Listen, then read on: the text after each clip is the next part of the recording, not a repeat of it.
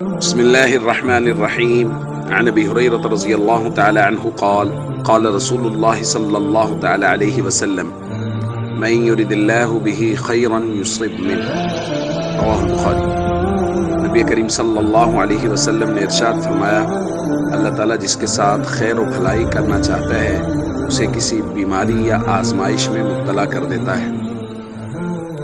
دوستو، یہ بات ذہن نشین کر لینی چاہیے کہ بیماری اللہ کی طرف سے رحمت ہے، قطعاً عذاب نہیں ہے۔ اس لیے کہ بیماری کی وجہ سے یا تو اللہ تعالیٰ بندے کے درجات بلند فرماتے ہیں یا اس کے گناہوں کو معاف فرماتا ہے۔ اسی وجہ سے نبی کریم صلی اللہ علیہ وسلم نے ایک روایت میں فرمایا، ما من مصیبت تصیب المسلم، کوئی بھی مصیبت کسی مسلمان کو جو پہنچتی ہے، الا کفر اللہ بها عنہ، تو اللہ اس کے گناہوں کا کفارہ کر دیتے ہیں، یعنی اس کے بدلے میں اس کے گناہوں کو معاف کر دیتے ہیں۔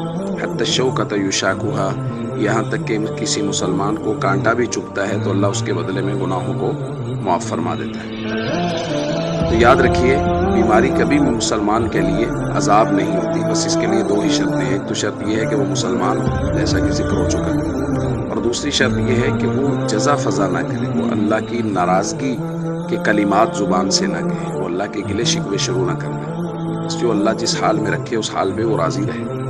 اسی وجہ سے جامع ترمذی کی روایت میں نبی کریم صلی اللہ علیہ وسلم نے فرمایا، ان عظم الجزاء مع عظم البلاء، جو بڑا اجر و ثواب ہوتا ہے وہ بڑی آزمائش کے بدلے میں ملتا ہے۔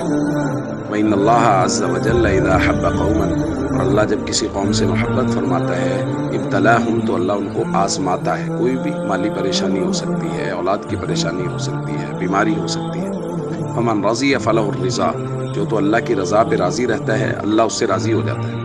وَمَنْ سَخِطَ فَلَهُ السَّخَطُ، اور جو اللہ سے ناراض ہوتا ہے، شکوے کے جملے بولتا ہے تو اللہ اس پر ناراض ہوتا ہے۔ تو اس سے ہمیں یہ بات سمجھ میں آئی کہ اگر اللہ کی رضا پہ راضی رہیں تو بیماری رحمت ہی رحمت ہے، عذاب کا اس میں کوئی پہلو نہیں ہے۔ اسی وجہ سے نبی پاک صلی اللہ علیہ وسلم نے فرمایا ہے، مَن یُرِدِ اللَّهُ بِهِ خَیْرًا یُصِب مِنْهُ، اللہ جس بندے کے ساتھ خیر و بھلائی کا ارادہ کرتے ہیں اسے ہی کسی آزمائش میں مبتلا کرتے ہیں۔